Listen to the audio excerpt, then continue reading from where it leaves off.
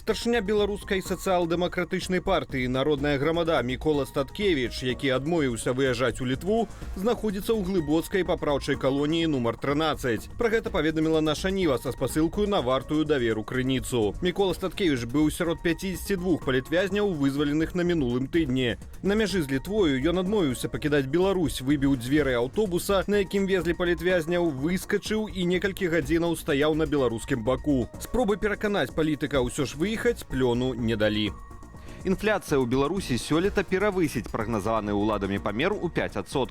Пра гэта ў эфіры дзяржаўнага тэлебачання заявіў старшыня праўлення Нацыянальнага банку Роман Галоўчанка.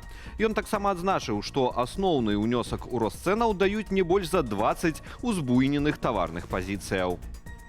Прежде всего, это мясные продукты, молочные продукты, напитки, сектор общественного питания. По мнению экспертов, таким образом, упомянутые мной отрасли, они восстанавливают свою экономическую эффективность в условиях постоянного роста цен на сырье, на импортируемые товары, которые используются в производстве.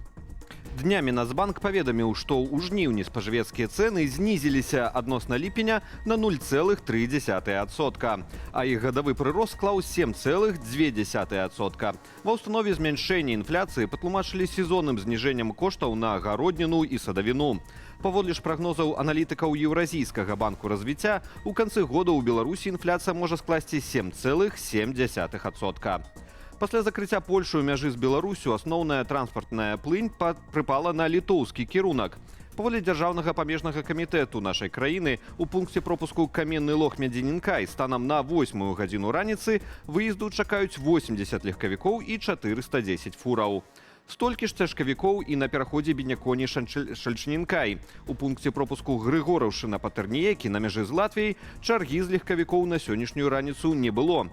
Затое выезду з нашай краіны чакалі 4 аўтобусы і 120 цяжкавікоў.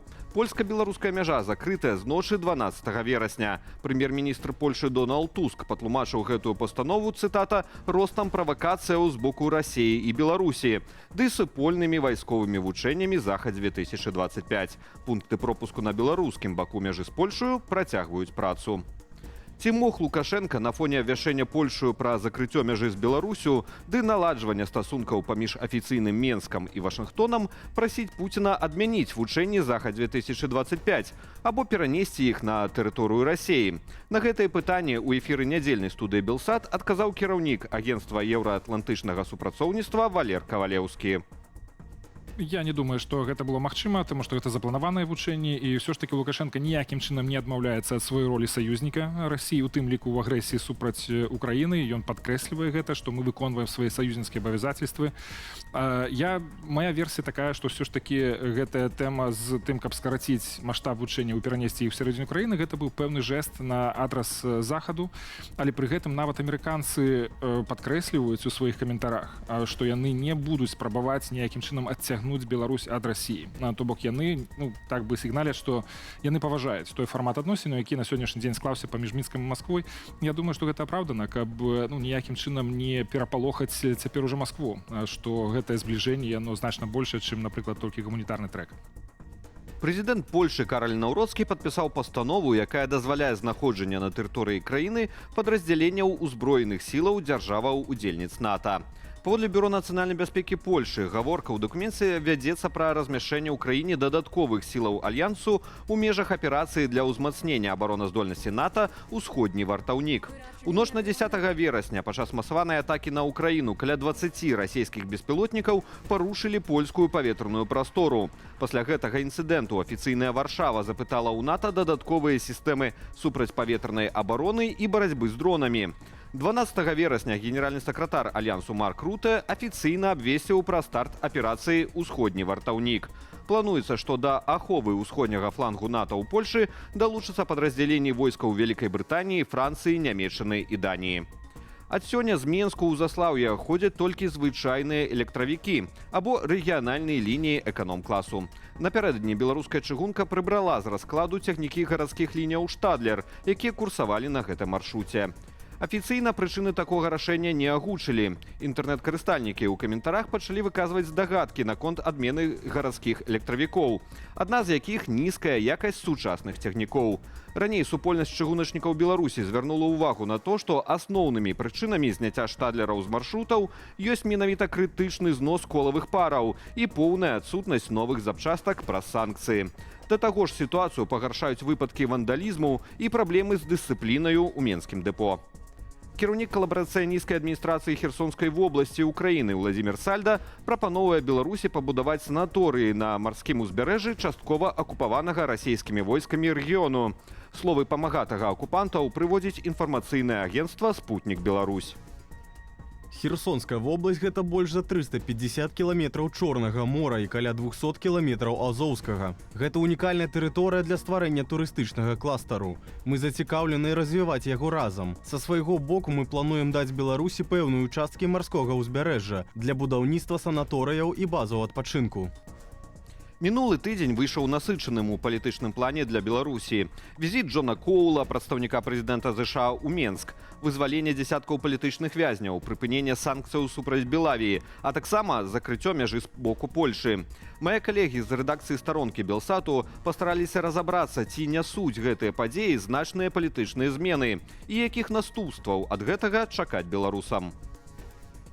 Палітычны аглядальнік радыё «Свабода» Юрый Дракахруст мяркуе, што змены сапраўды ёсць, бо ЗША робяць крокі насустрач менскім уладам.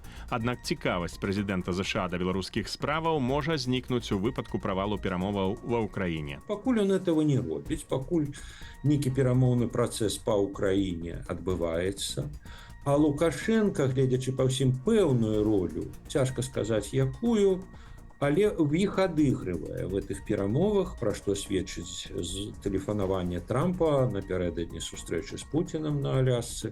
Эксперт заўважае, што нягледзячы на прагрэс у стасунках ЗША саступілі Менску самыя нязначныя санкцыі, да таго ж звязаныя не з вайной, а з захопам самалёта Ryanair. Цяпер жа ёсць некалькі варыянтаў развіцця падзеяў. Першы, мядовы месяц у стасунках з ЗША скончыцца і ўсё будзе як раней. Другі, перамоўны працэс з ЗША працягваецца, але еўразвяз займае жорсткую пазіцыю, а асноўныя санкцыі якраз еўрапейскія. Што да абвастрэння стасункаў з Польшчаю, то Лукашенко наўрад ці пойдзе на патрабаванні польскіх уладаў, сярод якіх прыпынення міграцыйнага крызісу, пакаранне забойцы польскага жаўнера на мяжы і прыпынення рэпрэсіяў, у тым ліку супраць польскіх грамадзянаў у Беларусі. Падрабязней з меркаваннямі экспертаў, што да геапалітычнай сітуацыі, у якой апынулася Беларусь, знаёмцеся на belsat.eu.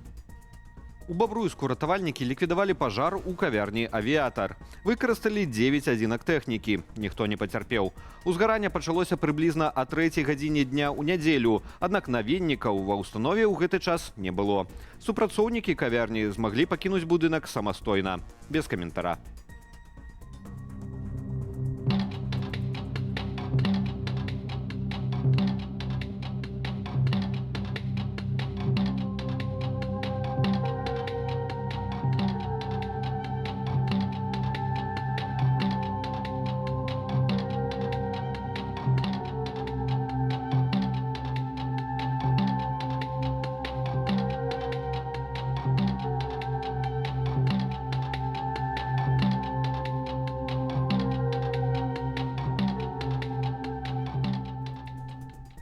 Беларусы ў розных рэгіёнах сутыкаюцца з павуком асою або паласатай аргіёпай. Цяпер яе, сярод іншага, заўважылі ў Валожынскім раёне на Меншыне, піша выданне «Менская праўда». Сваю назву павук атрымаў за яркую афарбоўку, якая нагадвае асу. Эксперты зазначаюць, што для чалавека паласатая аргіёпа амаль бяспечная. Яе ўкус нагадвае укус пчалы і ўяўляе небяспеку ў асноўным для людзей з алергіямі ды маленькіх дзяцей. Упершыню павук аса з'явіўся ў Беларусі ў Белавежскай пушцы яшчэ ў 2001 годзе. Аднак пасля пачаў рассяляцца, у тым ліку ў выніку змянення клімату. Больш поўная інфармацыйная карціна дня ў вечаром эфіры аб'ектыву і студыі Белсат. Я ж з вамі развітваюся, ды заклікаю падпісвацца на сацыяльныя сеткі Белсату і да актыўнасці пад гэтым выданнем у Ютубе. Аднак памятайце пра ўласную лічбавую бяспеку. Беражыце сябе і заставайцеся з Белсатам.